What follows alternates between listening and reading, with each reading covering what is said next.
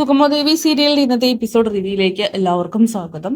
അങ്ങനെ ദേവികയാണെങ്കിൽ ഗിരീഷിനെ വിട്ടയക്കണമെന്ന് പറഞ്ഞ് പോലീസ് സ്റ്റേഷനിൽ ഐയെ കണ്ട് കാര്യങ്ങൾ പറയുമ്പോൾ ആ ഐ പറയുന്നുണ്ട്, ഞങ്ങൾക്കൊന്നും ചെയ്യാൻ കഴിയില്ല. RK നായർ വിചാരിച്ചാൽ മാത്രമേ എന്തെങ്കിലും ചെയ്യാൻ കഴിയത്തുള്ളൂ.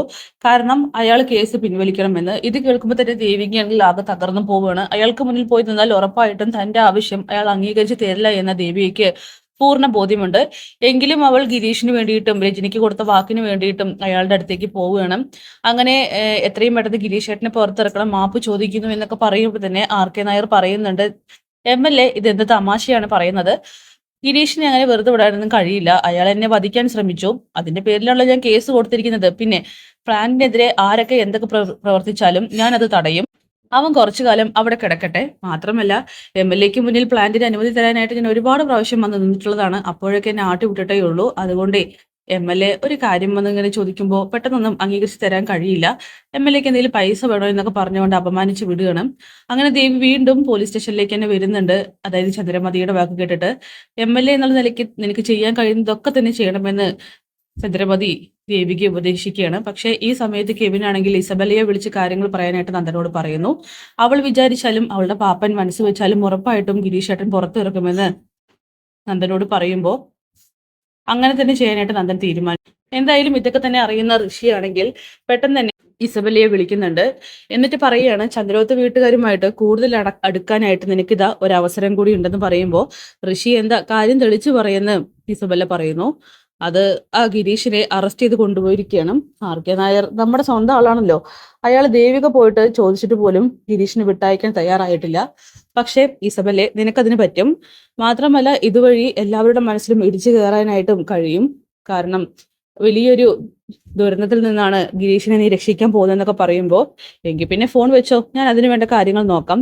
നന്ദനെ ഇംപ്രസ് ചെയ്യാനും ആ കുടുംബത്തോട് അടുക്കാനും കിട്ടുന്ന ഒരു അവസരവും താൻ പാഴാക്കില്ല എന്ന് ഇസബല്ല പറയുന്നു.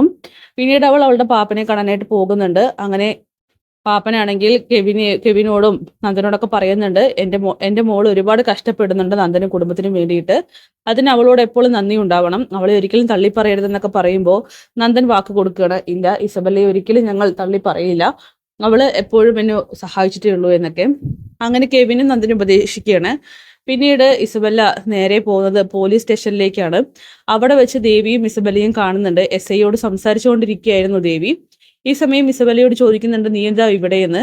ഞാനിവിടെ എന്താന്നുള്ള കാര്യം ഇപ്പൊ കാണിച്ചു തരാം. അങ്ങനെ SIയോട് കാര്യങ്ങൾ സംസാരിക്കുമ്പോൾ തന്നെ അയാളാണെങ്കിൽ ഗിരീഷിനെ വെറുതെ വിടാനായിട്ട് പറയുന്നു. ഇത് കേൾക്കുമ്പോൾ ദേവിയാണെങ്കിൽ ആകെ ഷോക്കാവുകയാണ്. കാരണം ദേവിക്ക് ഇത്രയും നേരമായിട്ട് അതിന് സാധിച്ചിട്ടില്ല.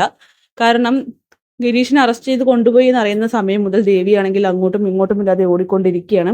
പക്ഷെ ഇസബല വന്ന് പറയുമ്പോഴേക്കും ഗിരീഷിനെ വെറുതെ വിടുന്നു. ഗിരീഷിനും അതൊരു വല്ലാത്തൊരു ഞെട്ടലാവുകയാണ്.